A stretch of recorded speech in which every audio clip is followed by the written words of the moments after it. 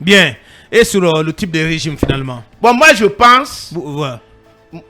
Quelle est votre préférence? Honnêtement parlant, je préfère un régime présidentiel en donnant moins de pouvoir au président. Mais ce n'est pas ça l'essentiel.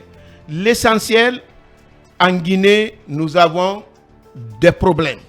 Le premier problème, la majorité des Guinéens ne luttent pas pour des valeurs.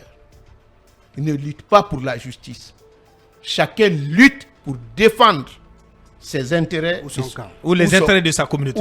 Ou les intérêts de sa communauté. Quand les militaires sont venus au pouvoir, si c'était attaqué seulement aux gens de RPG, je jure sur l'honneur, d'autres partis allaient les soutenir. Même dans l'injustice.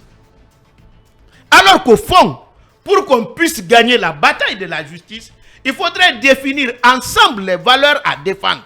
Même si c'est ton ennemi mortel qui est injustement traité, vous vous battez pour qu'il soit rétabli dans ses droits.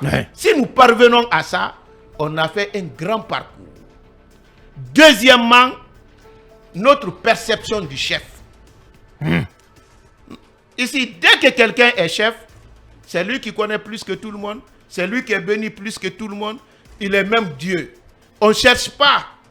Parce que même quand on dit un décret pris en conseil des ministres, j'ai assisté à beaucoup de conseils des ministres. On cherche à savoir ce que le président veut, tout le monde s'aligne derrière ça. Ça n'a aucun sens. Entre un décret pouvoir discrétionnaire et un décret pris en conseil des ministres en Guinée, ça revient à la même chose. C'est la volonté toujours. Troisièmement, même les titres qu'on donne là. Vous savez, moi, 2 fois, j'ai été nominé pour dire vous allez avoir un satisfecit de ceci.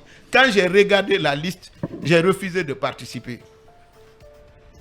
J'ai refusé.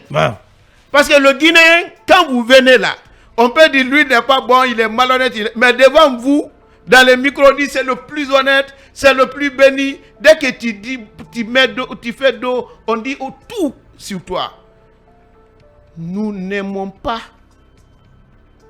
assumer. Souvent, quand quelqu'un dit la vérité, ça choque les gens. Alors qu'au fond, quand on aime quelqu'un, on lui dit la vérité. Parmi tous les leaders des partis politiques, à la prise du pouvoir, le premier jour, j'étais dans la salle. Quand les gens ont commencé à parler, j'ai refusé de parler.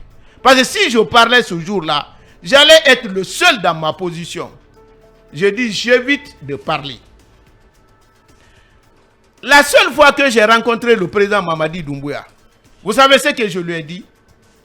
Et je maintiens ma position jusqu'à présent. Non, allez-y. Moussa Moïse était là-bas. J'ai dit, monsieur le président, le destin a voulu vous faire jouer le rôle de l'aîné aujourd'hui sans être le plus âgé en Guinée. Mais je vous demande une seule chose, c'est de pouvoir naviguer entre 2 impératifs, sans se heurter ni à l'un ni à l'autre.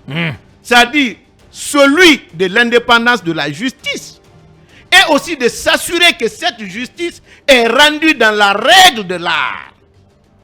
Parce que quoi qu'il arrive, vous êtes le garant du fonctionnement normal et régulier de toutes les institutions. Effectivement. Parce que pour qu'il y ait la démocratie chez nous, c'est l'évolution de la mentalité de la société guinéenne, c'est une armée républicaine et une justice indépendante. En Guinée, l'armée ne peut pas être l'arbitre. Parce que l'arbitre ne marque pas de but. Si l'armée vient au pouvoir, il ne peut pas être arbitre.